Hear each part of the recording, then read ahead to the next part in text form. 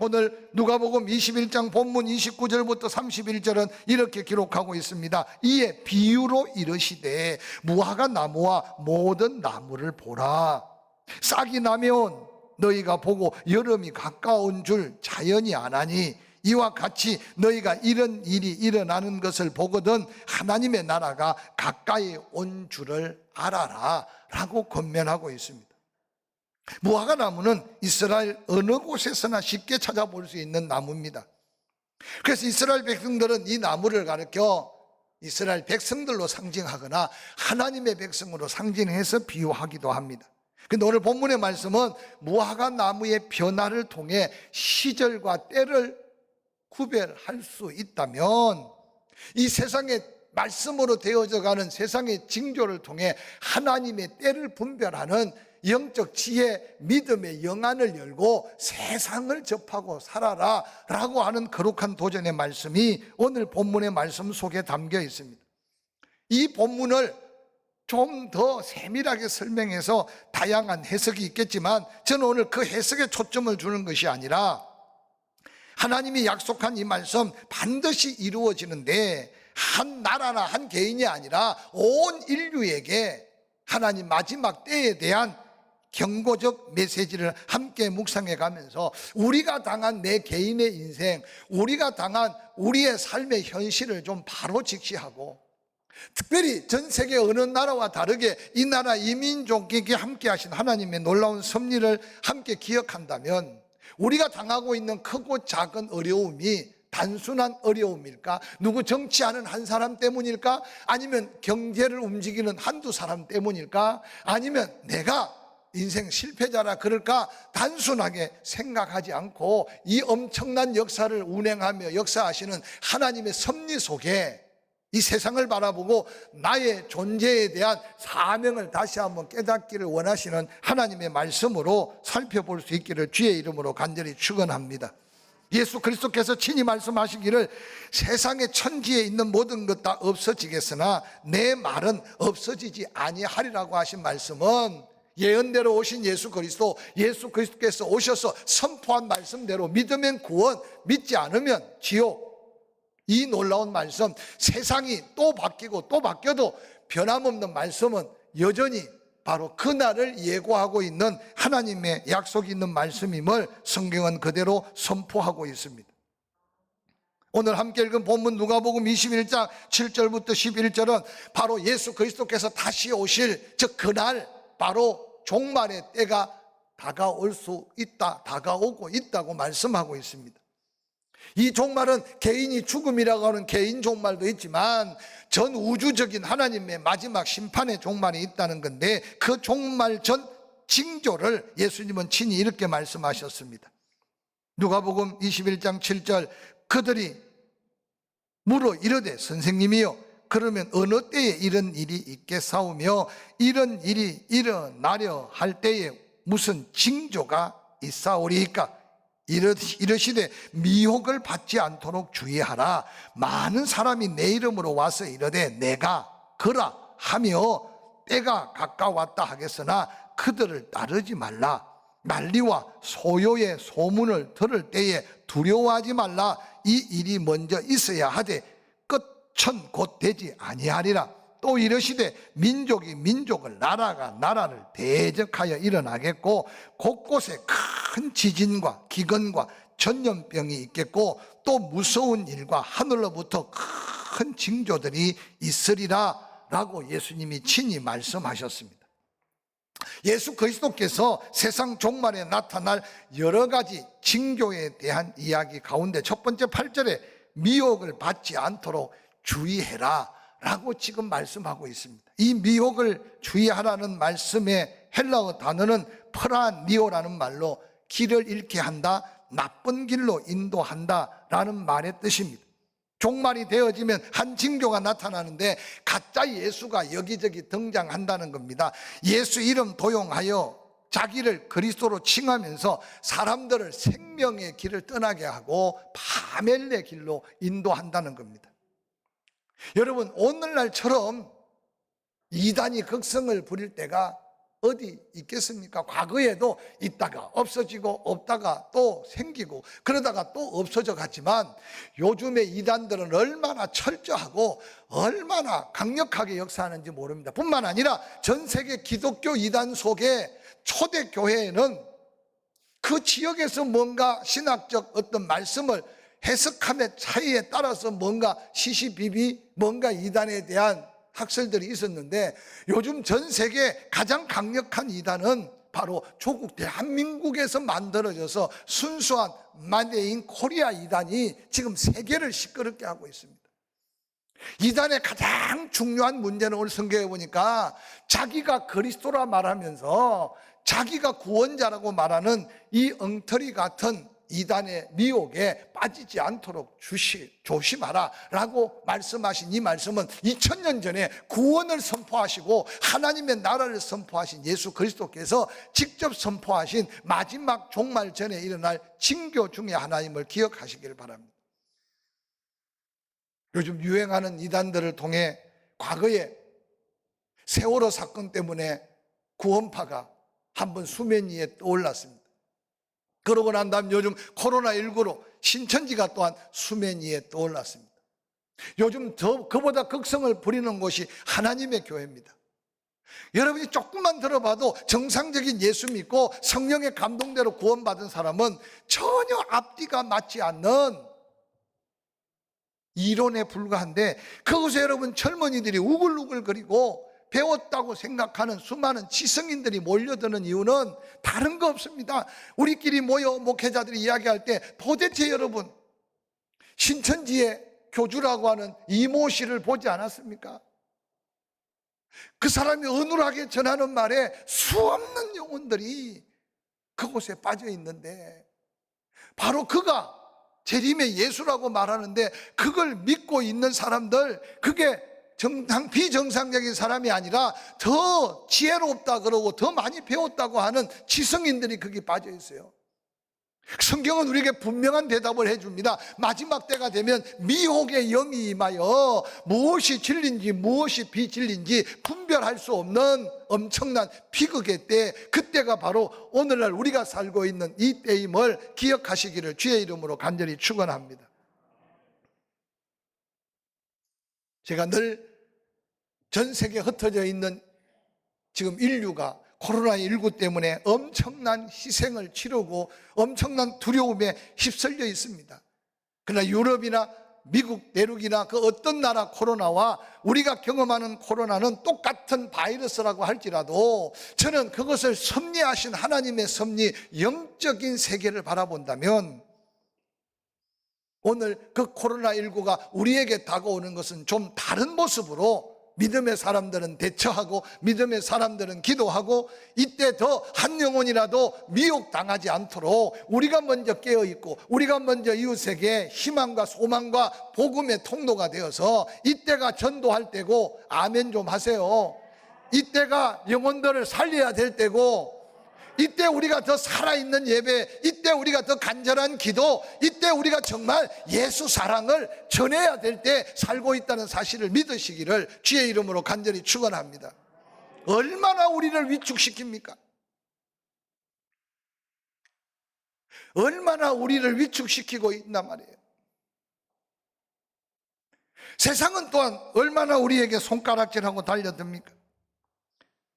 이어서 예수님은 말합니다. 난리의 소요와 소문을 들을 때 두려워하지 말라고 9절에 말합니다. 여기 난리라는 말은 헬라 원어로 플레머스라고 말하는데 전쟁, 전투, 싸움, 충돌 등의 복수로 사용되고 있어요. 다양한 싸움들이 인생살이 속에 계속 될 것이라고 말합니다. 종말에 나타날 두드러진 징조 중에 하나가 이곳저곳 들려오는데 국지적인 전쟁, 폭동, 폭언, 비방. 그래서 어느 날 인종싸움, 내란, 정변, 행명, 수없는 난리와 소요가 소문으로 들려오게 될 것인데 그것이 끝이 아니고 주님 오실 날에 한 징조라고 2000년 전 예수님이 우리에게 지금 예고하고 경고한 말씀이에요. 요즘 사회학자들이 가장 두려워하는 게 뭐냐 하면, 과거에는 경제적 논리 속에 빈부의 격차가 너무 심해서 인류가 함께 공존할 수 있을까 걱정했어요. 그런데 놀랍게도 빈부의 격차보다 더 무서운 것이 지금 생각의 차이가 너무 크게 극을 달려요.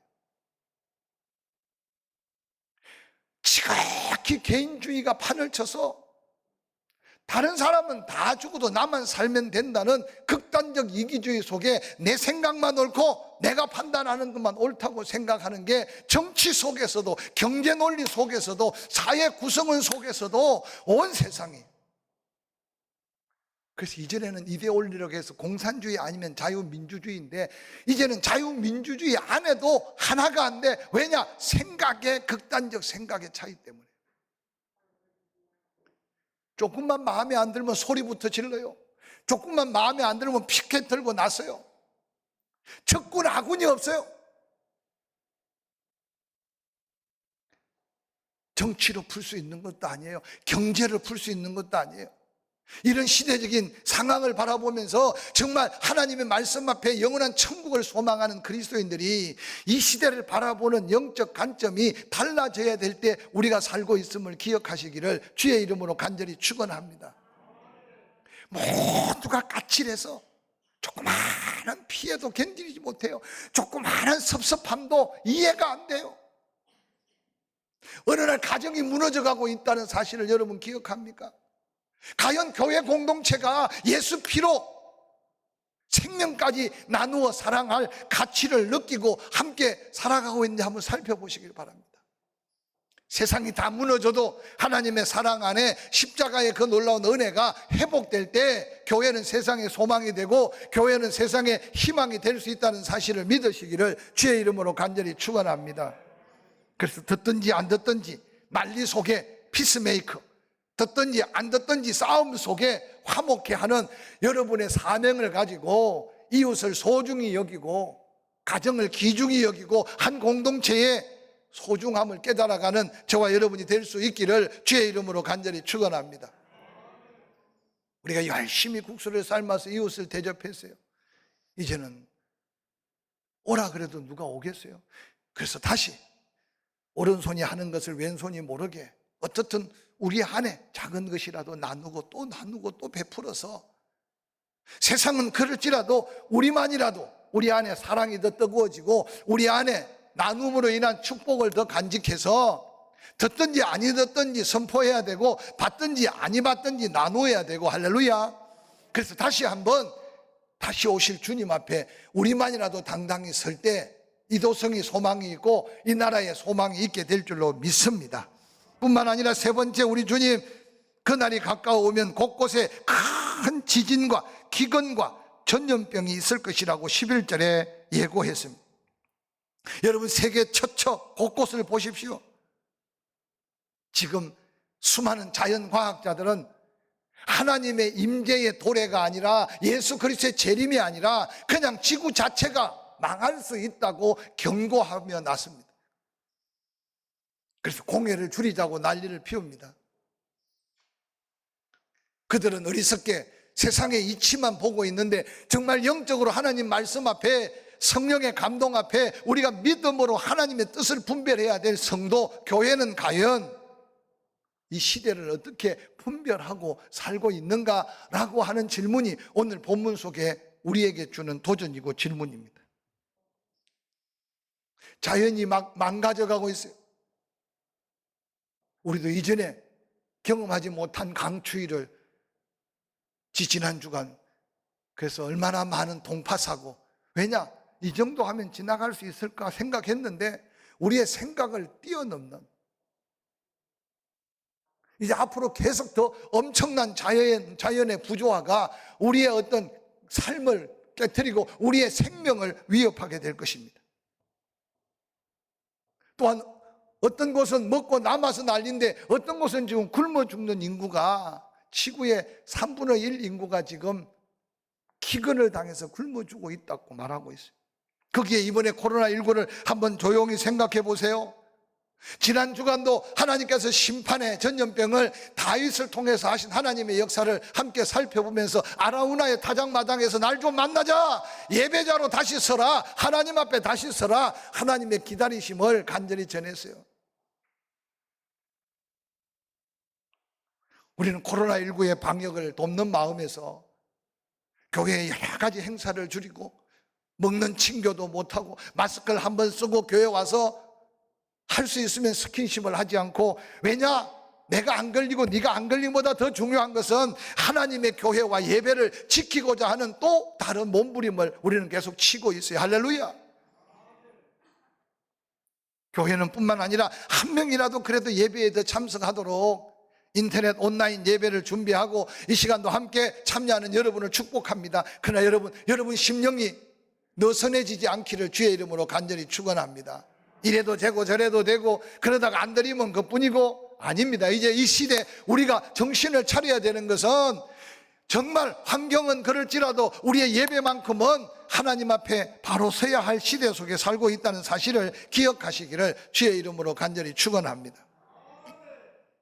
포항에도 구릉포가 쑥대밭이 되고, 최근에 뉴스를 봤겠지만 지금 여기저기 목욕탕들이 또, 그러면 여러분 목욕탕에 한번 거쳐가면 또 모든 목욕탕에 아무도 안 가요.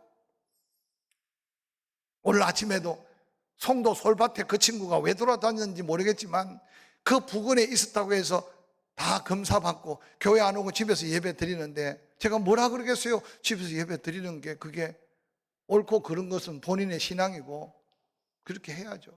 근데 여러분, 때때로 천지가 다 뒤집어지고 다 엎어져도 하나님 책임지고 지키시는 자의 안전에 대한 믿음도 끊임없이 우리가 도전하고 고백해야 될 시대 속에 살고 있음을 잊지 않으시기를 주의 이름으로 간절히 축원합니다. 그래서 코로나19를 통해서도 좀 더 적극적으로 기도해 보세요. 제가 목사기 때문에 그런 게 아니라 이때 사랑의 손을 펼칠 때고, 이때 이웃을 찾아야 되고, 이때 형제를 찾아야 되고, 이때 믿지 않는 자들에게 사랑의 복음, 천국의 소망의 복음을 어떤 모양으로든지 전해야 될 때임을 다시 한번 기억하시길 바랍니다. 할렐루야. 뿐만 아니라 11절에 최종적으로 무서운 일들, 하늘로부터 큰 징조가 있을 것이라고 말했습니다. 이것은 우리가 눈에 잘 보이고 있지 않지만 하나님은 지금 계속 경고하고 계시고 말씀하고 계시고 그 시간을 앞당기고 계실 수 있다는 사실을 기억한다면, 우리는 때때로 기도하며 환상을 보고, 우리는 때때로 세상 사람들이 볼 수 없는 시대를 분별해 가면서 우리 입에 할 말과 우리의 행할 바를 알게 하실 줄로 저는 확실히 믿습니다. 이어서 그러면 재림 전에 성도들에게는 구체적으로 어떤 시련이 다가오느냐, 누가복음 21장 16절, 17절, 18절은 이렇게 기록합니다. 심지어 부모와 형제와 친척과 벗이 너희를 넘겨주어 너희 중에 몇을 죽이게 하겠고, 또 너희가 내 이름으로 말미암아 모든 사람에게 미움을 받을 것이나, 18절, 너희 머리털 하나도 상하지 아니하리라. 저는 이 말씀을 묵상하면서요, 요즘 시대가 부모와 자식 관계, 형제와 자매 관계, 친척 관계, 친구 관계 다 깨어져 가고 있다고 해도 지나치지 않습니다. 이게 우연이라고 생각합니까? 코로나 때문이라고만 생각합니까? 저는 IMF를 겪으면서요, 너무 힘든 고비를 겪었어요. 그때는 정신없이 그냥. 그런데 어느 날 IMF가 지나다 보니까요, 형제 간에, 친구 간에, 이웃 간에 그게 풋풋한 정이라고 표현하기는 그렇지만 은행은 계속 커지고 은행은 계속 부자가 됐는데 보증 서서 서로 도와주는 마음들은 완전히 다, 이제는 누구한테 보증 서달라고 안 해도 은행에서 돈 빌려 가십시오 하고 돈 주니까 개인의 빚, 가정의 빚, 나라의 빚은 많아지지만 이런 사람 살기 좋은 우리나라만 가지고 있던 이런 이웃의 관계, 형제의 관계, 동역자의 관계는, 인간관계는 다 깨어졌어요. 이제 코로나19가 우리 시대에 다가와서 누구 한 사람 집으로 초청하기 어렵고, 누구 한 사람 만나서 밥 한 그릇 먹는 것까지도 이제 이 눈치 저 눈치를 다 봐야 되다 보니 어느 날 편하기는 편한데 내 인생 내가 혼자 외톨이가 되어버리는 피극을 지금 우리 스스로 맞이하고 있어요. 비록 거리두기를 하고 비록 모임의 횟수가 줄어들었지만 오늘 이 말씀 앞에 다시 한번 우리의 마음을 다잡을 수 있기를 주의 이름으로 간절히 축원합니다. 때로는 부모가, 형제가, 친척이, 친구가 너희를 넘겨주어 너희 중에 몇이 목숨을 잃게도 될 것이다 뿐만 아니라 내 이름 때문에 수많은 사람들에게 조롱받고 손가락질을 받을 거다. 예수 그리스도 돌아가시고 난 이후 요즘처럼 활발한 매스컴에 예수의 이름, 하나님의 이름, 교회의 이름이, 성도의 이름이, 목사의 이름이 욕을 먹는 때가 전무후무하지만 그러나 소망이 있는 것은 18절 그러하나 너희는 머리털 하나도 상하지 아니하도록 내가 지켜주겠다고 하나님은 분명하게 약속하고 이 말씀이 우리의 믿음이 될 수 있기를 주의 이름으로 간절히 축원합니다. 그래도 다행히 포항 땅은 교회 예배를 통해 확진자가 없어서 아직까지 다른 도시처럼 아무개 교회 10명이 되고 30명이 되고 50명이 되고 그래서 그 교회 밑에 댓글이 수백 수천이 달리고 난리인데 그래도 아직 포항은 확진자가 예배에 함께해도 2차 3차 감염이 많지 않아서 시 당국자뿐만 아니라 매석금이 아직도 포항의 교회들은 그렇게 심각한 욕은 들어먹지 않지만 코로나19의 욕은 안 들어먹는데 다른 것 때문에 또 얼굴 들기 어려운 이 시점에 살고 있는 이유가 뭐겠어요?